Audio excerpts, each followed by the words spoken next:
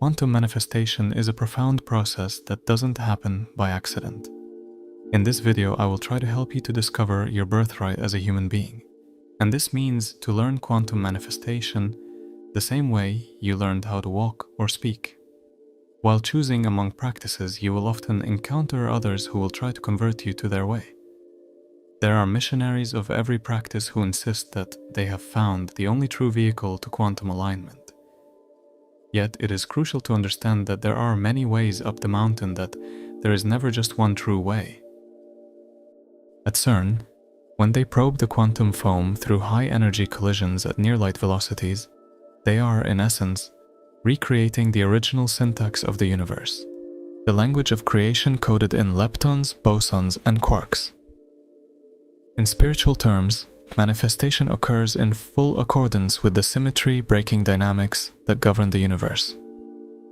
Just as the Higgs field confers mass through spontaneous symmetry breaking, consciousness, when properly tuned, interacts with the zero-point field, nudging probability amplitudes toward our desired configurations.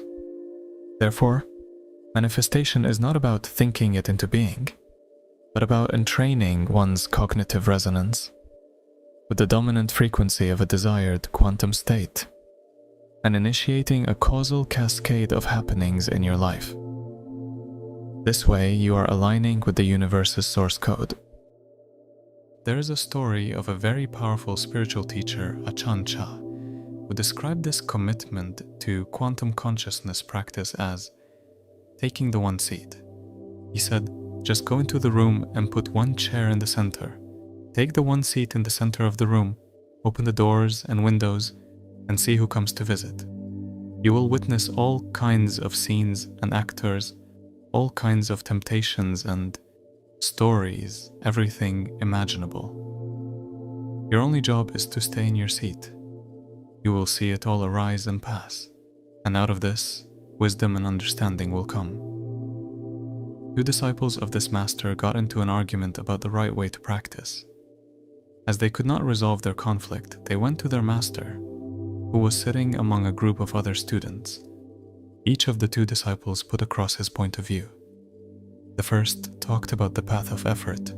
He said, "Master, is it not true that we must make a full effort to abandon our old habits and unconscious ways? We must make great effort to speak honestly, be mindful and present. Spiritual life does not happen by accident," he said, "but only by giving our wholehearted effort to it." The master replied, "You're right." The second student was upset and said, "But master, isn't the true spiritual path one of letting go, of surrender, of allowing the Tao, the divine, to show itself?" He continued, "It is not through our effort that we progress. Our effort is only based on our grasping an ego. The essence of the true spiritual path is to live from the phrase, 'Not my will, but thine.' Is this not the way?" Again, the master replied, "You're right." A third student listening said, "But master, they can't both be right." The master smiled and said, "And you're right too. There are many ways up the mountain, and each of us must choose a practice that feels true to our heart. It is not necessary for you to evaluate the practices chosen by others. Remember, the practices themselves are only vehicles for you to develop awareness and create life of your will. That is all. Now, if you are ready to take on the quantum manifestation practice, I will explain it to you in details.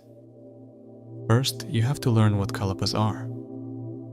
In the esoteric quantum framework, kalapas are presented as the most fundamental building blocks of experiential matter. They exist as ultrafine clusters of energy properties, each cluster arising as a unified packet containing qualities such as solidity, cohesion, temperature, motion, color, smell, taste, and nutritive essence. These packets appear and vanish at extraordinary speed, cycling billions of times in a second, creating the illusion of continuous solidity and stability. Advanced meditation practice can bring direct perception of this granular flicker, where the body and environment reveal themselves as a shimmering mosaic of momentary bursts. Modern science offers a parallel in quantum field theory, where matter emerges from transient excitations of underlying fields. Particles arise as localized expressions of these fields, holding energy and specific properties for a fraction of a second before dissolving back into the quantum sea. In both the meditative and scientific lens, reality unfolds as a dynamic dance of formation and dissolution, built from pulses too rapid for the ordinary senses to register.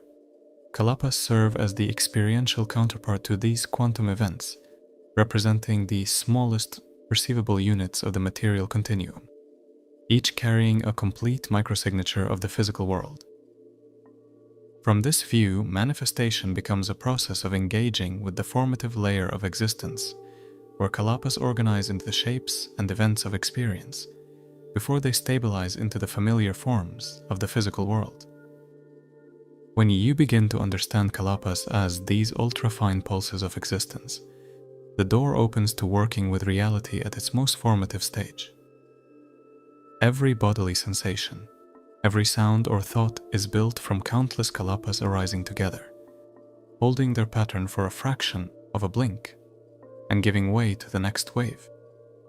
Because they form and vanish so quickly, they remain highly responsive to the quality of awareness resting upon them. During this practice, when tension becomes steady and finely tuned, the mind begins to meet experience before it fully hardens into its usual forms, at the very point where kalapas are gathering themselves. At this level, manifestation becomes less about willing something into being from a distance and more about shaping the arrangement of these micropackets in real time. Most people play the same mental video endlessly because their attention repeats the same mental images and emotional tones. By learning to perceive the flicker between frames, you gain the ability to edit the sequence while it is still in liquid form. The more vividly and consistently you hold a chosen sensory emotional imprint during this flicker phase, the more the next wave of kalapas will assemble around that imprint, eventually crystallizing into events, opportunities, and tangible circumstances in your life. This approach turns manifestation into a precise, almost scientific art. You meet reality at the root of its construction, in the shimmer before form. You saturate that shimmer with your chosen pattern, letting each new arising carry more of its essence. Over time, the external world reflects the internal calibration, not as an abstract hope, but as the natural expression of the arrangements you have nurtured at the kalapa level. First, quiet the mind until sensory experience becomes granular, buzzing or pixel-like. This is the perception of kalapas. Second, sustain awareness in that vibrating field without letting it collapse prematurely into familiar shapes or stories. Third, while immersed in this field, introduce the desired reality as a fully felt pattern, its textures, its emotional atmosphere, its sensory qualities. You are, in effect, collapsing the next round of kalapas into that arrangement, just as a quantum system collapses into the state most coherently observed. With repetition, this creates a feedback loop. The more you saturate the arising kalapas with a chosen pattern, the more the macro world reflects that pattern back to you. Many experienced students have come to the manifestation retreats without having made a commitment to any practice. Instead, they have sampled the numerous traditions that are now available in the West. They have been initiated by lamas, done Sufi dancing in the mountains, sat a Zen retreat or two, and participated in shamanic rituals. And yet they ask, why am I still unhappy? Why am I caught in the same old struggles? Why haven't my years of practice changed anything? Why hasn't my spiritual practice progressed? And I ask them, what is your spiritual practice? Do you have a committed relationship of trust with a specific form of practice? They often answer that they practice many ways, or that they have not chosen yet, Until a person chooses one discipline and commits to it, how can a deep understanding of themselves and the world be revealed to them? Quantum alignment requires sustained practice and a commitment to look very deeply into ourselves and the world around us to discover what has created human suffering and what will free us from any manner of conflict. We must look at ourselves over and over again in order to learn to love, to discover what has kept our hearts closed, and what it means to allow our hearts to open. If we do a little of one kind of practice and a little of another, the work we have done in one often doesn't continue to build as we change to the next. It is as if we were to dig many shallow wells instead of one deep one. In continually moving from one approach to another, we are never forced to face our own boredom, impatience, and fears. We are never brought face to face with ourselves. So we need to choose a way of practice that is both futuristic and ancient and connected with our hearts.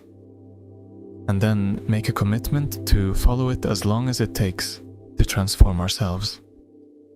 This is the outward aspect of taking the one seat. Once we have made the outward choice among the many paths available and have begun a systematic practice, we often find ourselves assailed from within by doubts and fears, by all the feelings that we have never dared experience. Eventually, all of the dammed up pain of a lifetime will arise. Once we have chosen a practice, we must have the courage and the determination to stick with it and use it in the face of all our difficulties. This is the inward aspect of taking the one seat. When we take the one seat in our mind, we become our own temple.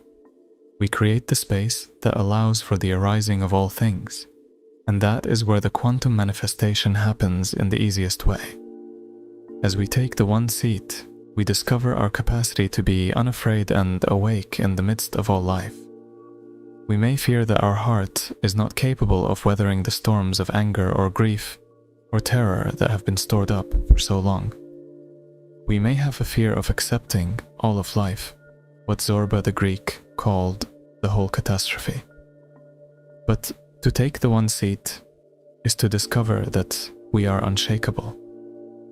We discover that we can face life fully, with all its suffering and joy, that our heart is great enough to encompass it all. This is because we are open to everything. We reject nothing.